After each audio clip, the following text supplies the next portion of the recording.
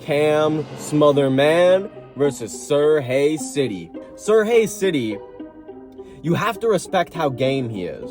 And in this fight, I could see him working from the outside and frustrating Cam Smotherman, if I'm going to be honest.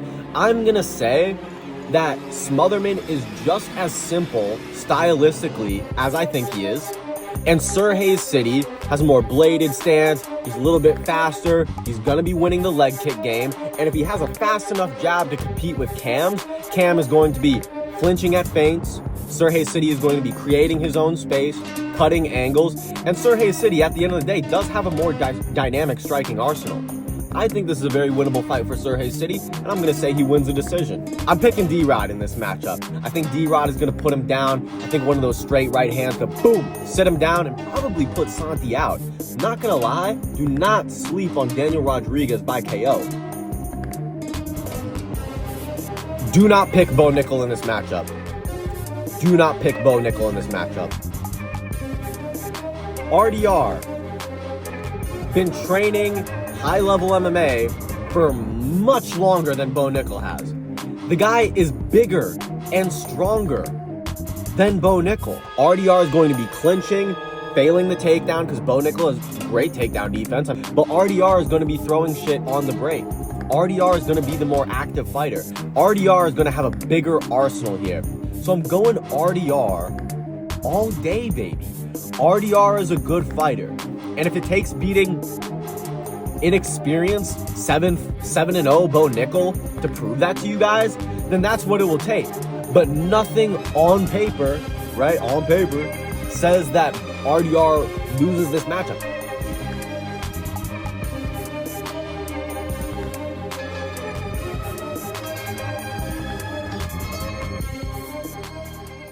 We're back with another MMA mukbang. UFC 315 is going down this weekend. Main event, Bal Muhammad versus Jack Della Maddalena. And you know what I had to do for my boy Bilal. Remember the name, Muhammad. We got halal food. But you know the real Rasta within me. I had to get the jerk. I saw that they had jerk chicken on the menu. So I was like, yo, let me get some jerk chicken halal, man. They look like they got some really nice spicy rice. And this platter is looking crazy. This platter is looking crazy. I got another platter for later, but I think this one is going to be enough for me, man. They got some crazy sauces. They had a whole bunch of different sauces. They had, here, let me pop the top. Check it out, man. I got the white sauce and the dragon sauce, and I got a little bit of jerk sauce. But check it out, man. I mean, it's looking delicious. Looks absolutely scrumptious. We're going to dive into this right while we dive into the main event. Let's try this first. I'm going to try one of these pieces of chicken. Man, this jerk, I mean, it's like, you could really tell. I mean, it's just covered in jerk seasoning. You know, that chicken is, you know, very nicely cooked. Let's try it out.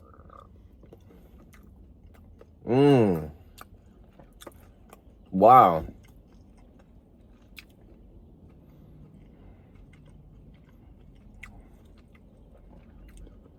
Delicious. Okay, off the rip,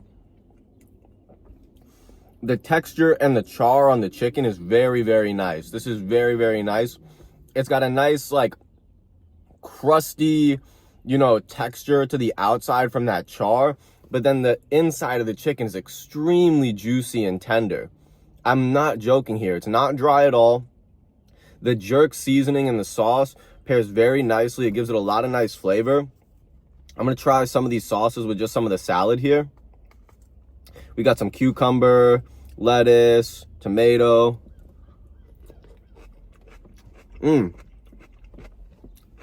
Nice fresh salad. And let me get some more of that jerk chicken with some of that salad, man. So yeah, I'm digging the dragon sauce and the white sauce. Let me get some of this chicken with this salad.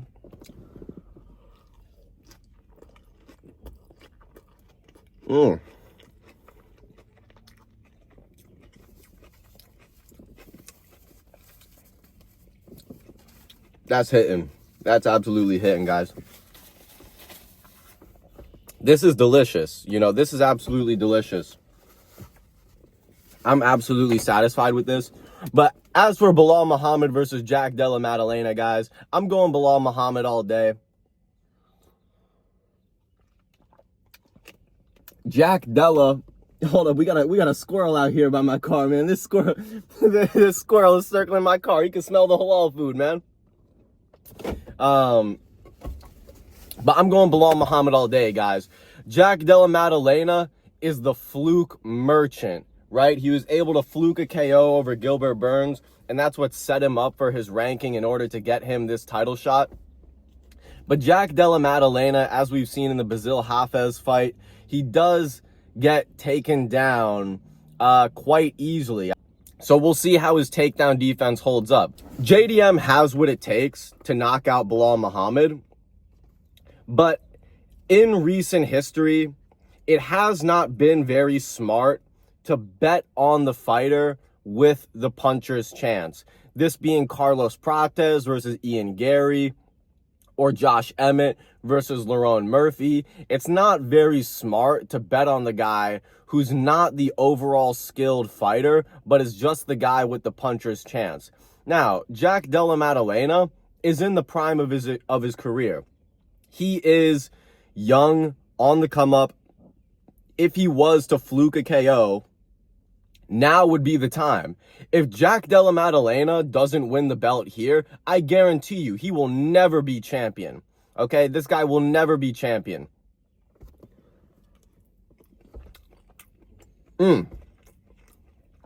Trying some of the rice with the chicken, man. The rice is good. Like that yellow rice.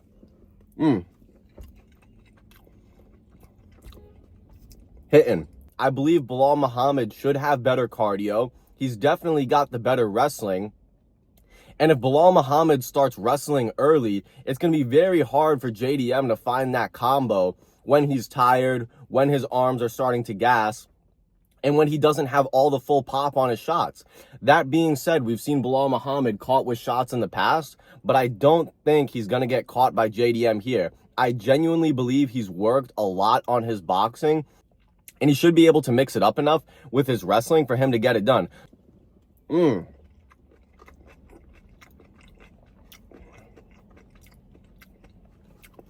Like this halal platter, Bal Muhammad can mix and match it.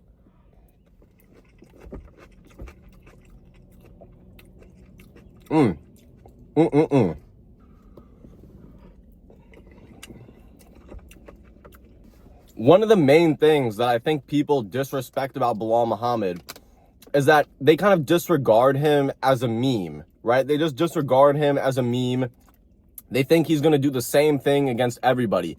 I think Bilal's most underrated skill is his ability and his team's ability to game plan for his opponents.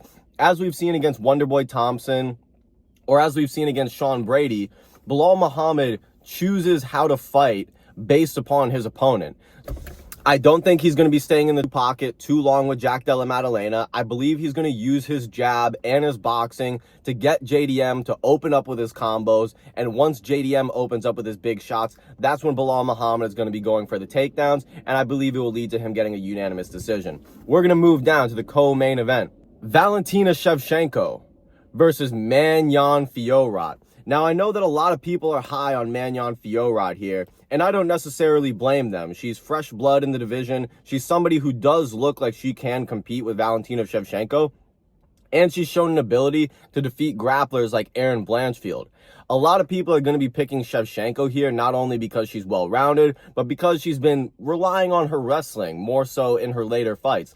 I think Manan Fiorat is going to pose the biggest test of Valentina Shevchenko in a long time. I'm going to have to go with Valentina Shevchenko, though, merely off of the fact that she should be the better grappler here, and she should have the better fight IQ. Manan Fiorat has a very straightforward game plan, And I think Valentina Shevchenko, being the veteran that she is, she's going to be able to find her openings, especially in the later rounds. The earlier that Valentina starts wrestling, the better it's going to be for her. Manan Fiorat is really going to have an Adesanya-esque performance here, working well from the outside, you know, not getting pieced up by the hands of Valentina Shevchenko. And of course, she has to defend that takedown. But I'm going to go Valentina Shevchenko getting a unanimous decision. Moving on down the card, too.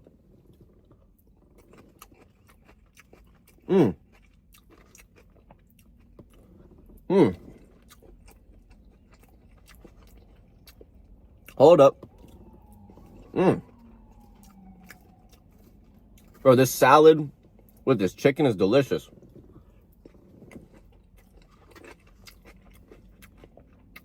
I mean, the char on this chicken is crazy. You get a really good char flavor off of it, off the outside, and then the inside is just tender, juicy chicken thigh. I believe these are chicken thighs. Delicious.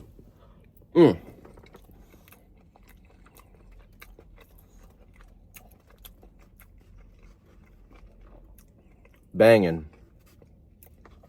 Absolutely banging platter.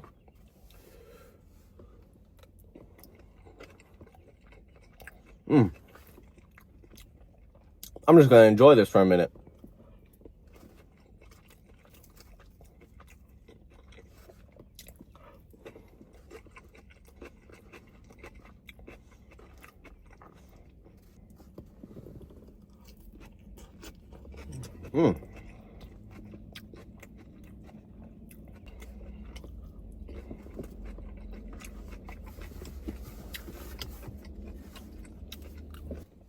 All right, moving on down the card too.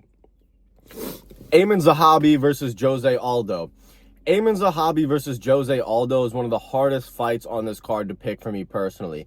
Aiemann Zahabi, I think, is extremely underrated technically. He's an extremely safe technical fighter, and that is what you need these days to beat Jose Aldo. As we've seen against Mario Bautista, he made a business decision to just hold Jose Aldo up against the fence for 3 rounds and force himself to get a decision win over Jose Aldo. Aiemann Zahabi may resort to those same tactics here. I do not think that Aiemann Zahabi is athletic enough to close the distance as efficiently as Mario Bautista did. On top of that, I do not think Aiemann Zahabi is as strong technically or physically to hold Jose Aldo up against the fence like that. Jose Aldo, as I know a lot of people complain about, he has trouble getting off the fence like that. But I do think against a guy like Aiemann Zahabi, who is going to be walking him down, Jose Aldo is very used to fighting opponents like this ever since the WEC.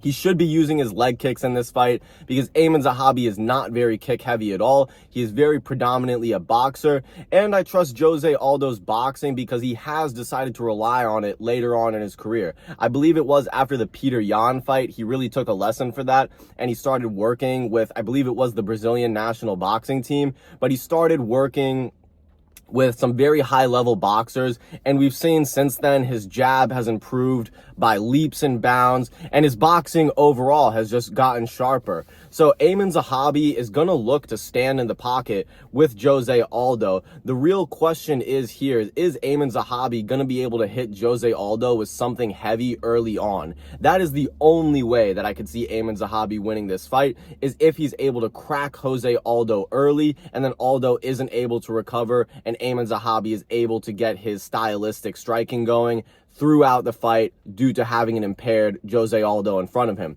Jose Aldo should honestly just work behind his jab and his leg kicks, and he should be able to be the faster, more seasoned striker and squeak by with a split decision. I definitely think this is going to be a close fight. But as we've seen in the past, Aiemann Zahabi has been chin-checked.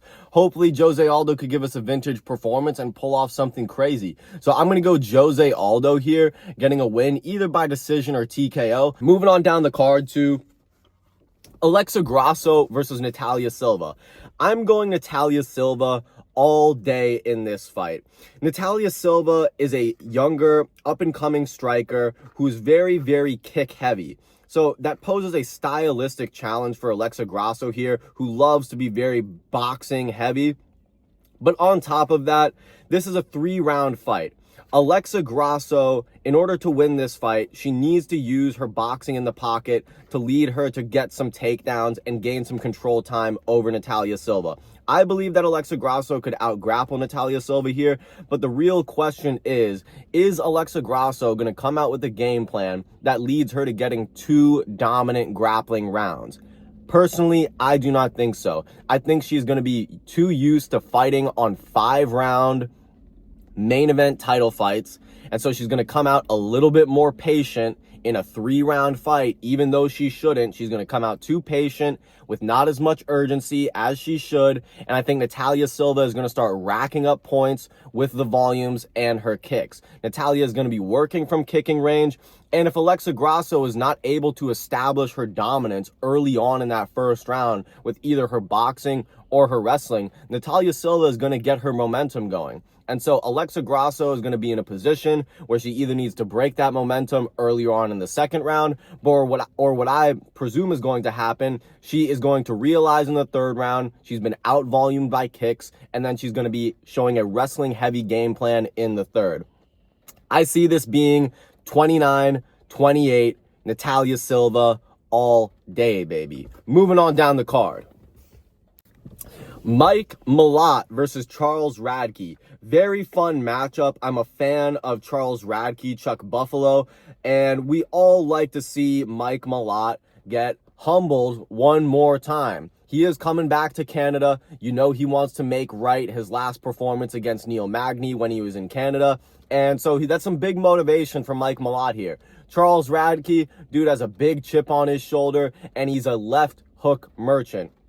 You know what Charles Radkkey is going to do. He's going to walk you down with a high guard, and he's going to spam that left hook. But that's all about Charles Radkkey has for Mike Malot in this matchup. Mike Malot, as we've seen in his last fight with Trevin Giles, he's decided to make some business decisions, right? He's going to take you down. He's going to smudge max you. He's going to lay on top of you. No matter how boring it is, he's going to get the win over the finish. He is a grappling-based fighter. He is going to rely on that grappling, and then he is going to use his striking where it sees fit.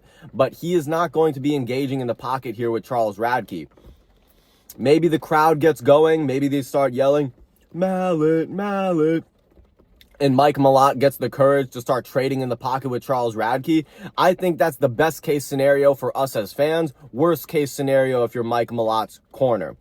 Mike Malot needs to stay out of the pocket. He's going to be smart at range, and he's going to be diving in for Charles Radtkey's legs. Charles Radkkey needs to show elite takedown defense here. He needs to show that he has some great takedown defense, so he's able to tire out Mike Malot from shooting, and then he needs to back up Mike Malot against the fence and let those fucking hands go, man. Unfortunately, I don't think that's going to be the fight for Charles Radkkey here. I think Mike Malot is going to work from range in the striking moments, and then he is going to lay on top of Charles Radkkey when it comes to the grappling. Charles Radkkey works with Bal Muhammad, so, you know, he has some good wrestlers that he's working with, but I do not think that he is as good of a grappler as Mike Malot is, and for that reason, I'll go Mike Malot getting the decision.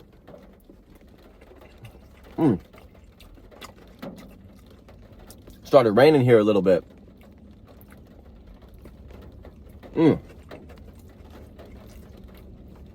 I just started mixing up my platter, man. This platter is delicious.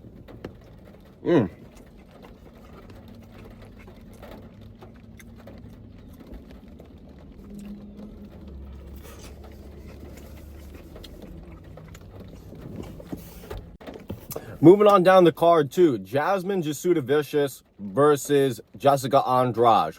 I think this is going to be a Jasmine Jasudavicius masterclass. Not only is she bigger and stronger than Jessica Andrade, she's the more experienced, more talented grappler, and she's got some age on Jessica Andrade. I think she's going to show Jessica Andrade what real mommy strength is. I think she's absolutely going to wrestle maul Jessica Andrade.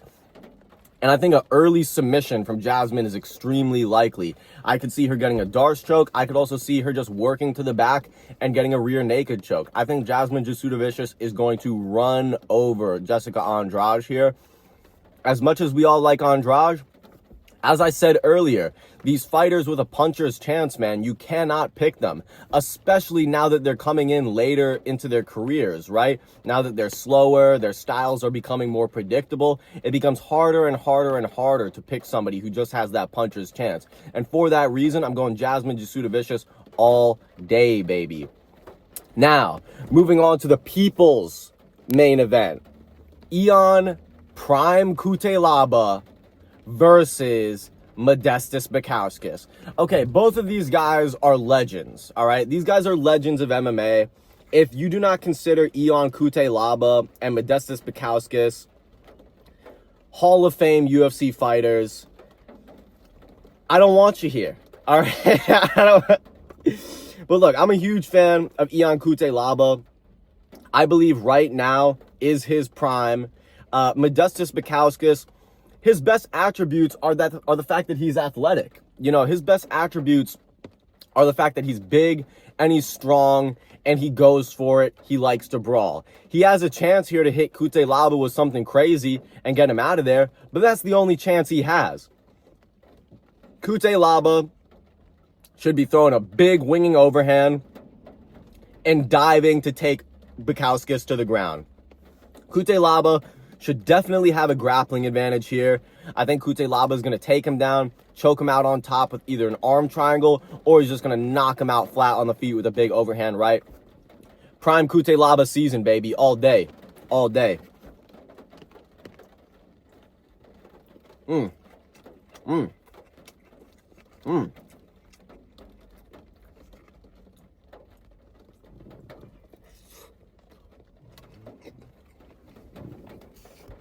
Navajo Sterling versus Yvon Urslan.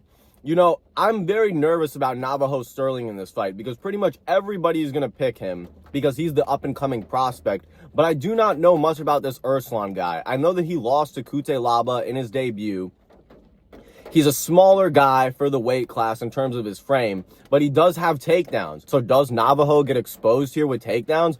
Quite possibly. Navajo Sterling, strong kickboxer, technical fighter.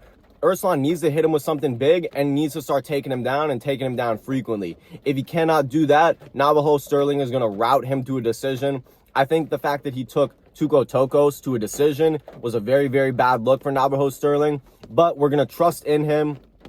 We're going to say that Navajo Sterling gets the decision, but hopefully he gets a knockout here. So we're going Navajo Sterling to outstrike this guy, outpoint him, and to keep himself on the damn feet. Moving on down the card. Marc-Andre Beru versus Bruno Silva. Bruno Silva and Marc-Andre Beru are both on some bad losing streaks here. Bruno Silva simply has just not looked like himself in his past couple of fights. You know, getting dropped by Gerald Mearshart. Very bad looks from Bruno Silva. Marc-Andre, on the other hand, got knocked out by Dustin Stoltzfus in his last fight. Perfect pick by me.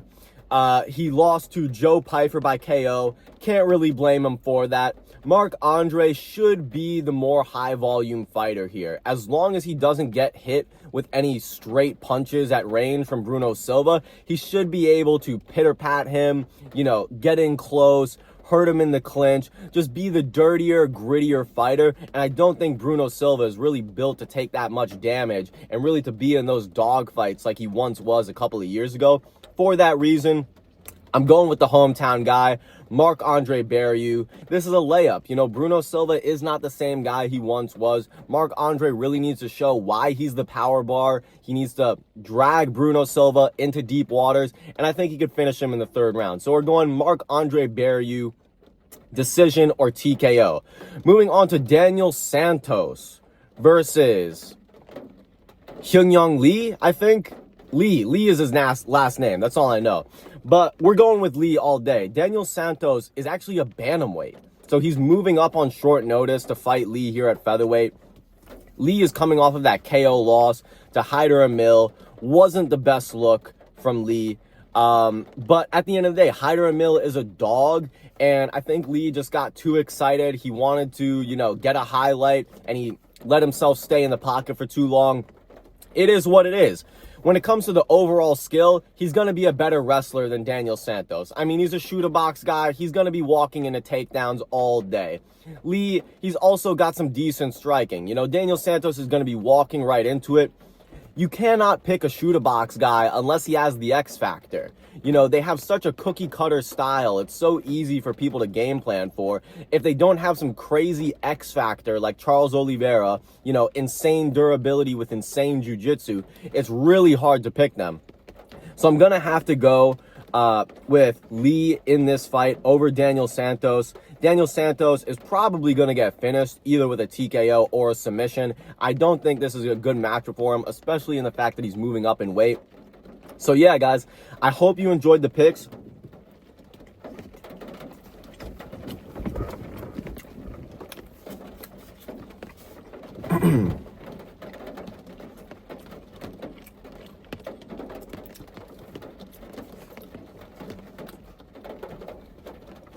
All right, guys, I'm going to wrap it up here. I thoroughly enjoyed this platter. I'm still going to have a few more bites of this before I get out of here. But I hope you guys enjoyed the picks. Like, subscribe, comment, all of that good stuff. I hope you guys enjoyed the intro. And yeah, we will catch you guys on the next one. Peace.